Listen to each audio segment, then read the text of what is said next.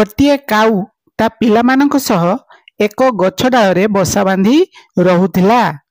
ମା କାଉଟି ପ୍ରତିଦିନ ଛୁଆ କାଉ ଦୁଇଟିକୁ ଚେତାବନୀ ଦେଇ ଖାଦ୍ୟ ଖୋଜିବାକୁ ଯାଉଥିଲା। ମା କାଉଟି କହୁଥିଲା, ଦେଖ ପିଲାମାନେ, ମୁଁ ଯେତେବେଳେ ତୁମ ପାଇଁ ଖାଦ୍ୟ ଆଣିବାକୁ ଯାଇଥିବି ତୁମେ କେବେ ହେଲେ ଗଛ ତଳକୁ ଯିବ ନାହିଁ। ତଳେ ଗୋଟିଏ ଭୁଆ ବିରାଡ଼ି ଅଛି, ସେ ତୁମକୁ ଧରି ଖାଇପାରେ। ଛୋଟ କାଉ ଦୁହେଁ ହଁ ମା ବୋଲି ସବୁବେଳେ ଉତ୍ତର ଦେଉଥିଲେ। ଦିନେ ମା କାଉ ବାହାରକୁ ଚାଲିଗଲା। ଏହାପରେ ଛୋଟ କାଉ ସାନ ଭାଇକୁ କହିଲା ଯେ ଉଡ଼ିବା ପ୍ରତିଯୋଗିତାରେ ଭାଗ ନେ।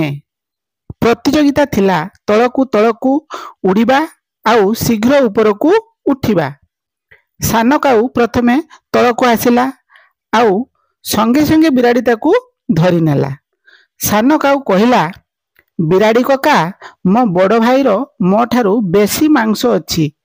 ସେ ମୋତେ ହରେଇବା ପାଇଁ ତଳକୁ ଆସିବ। ତୁମେ ତାକୁ ଖାଇପାରିବ। ସାନ କାଉଟି ଖୁବ୍ ଶୀଘ୍ର ବସାକୁ ଫେରି ଆସିଲା। ସେ ତା ଭାଇକୁ କହିଲା, ଭାଇ, ମା ଠିକ୍ କଥା କହୁଥିଲେ। ବିରାଡ଼ି ଆମମାନଙ୍କୁ ଅପେକ୍ଷା କରିଛି। ଏ ପ୍ରତିଯୋଗିତା ବନ୍ଦ କର। ତଳକୁ ଉଡ଼ିଯାଅ ନା। ଆମ ମା ଆମ ଭଲ ପାଇଁ ଯାହା କହିଛନ୍ତି ସେସବୁ ମାନିବା ବହୁତ ଭଲ। ଦେଖିଲ ତ ପିଲାମାନେ, ମା କଥାକୁ ନ ମାନିଥିଲେ କାଉ ଛୁଆ ଦୁଇଟି ବିପଦରେ ପଡ଼ିଥାନ୍ତେ, ନୁହେଁ କି?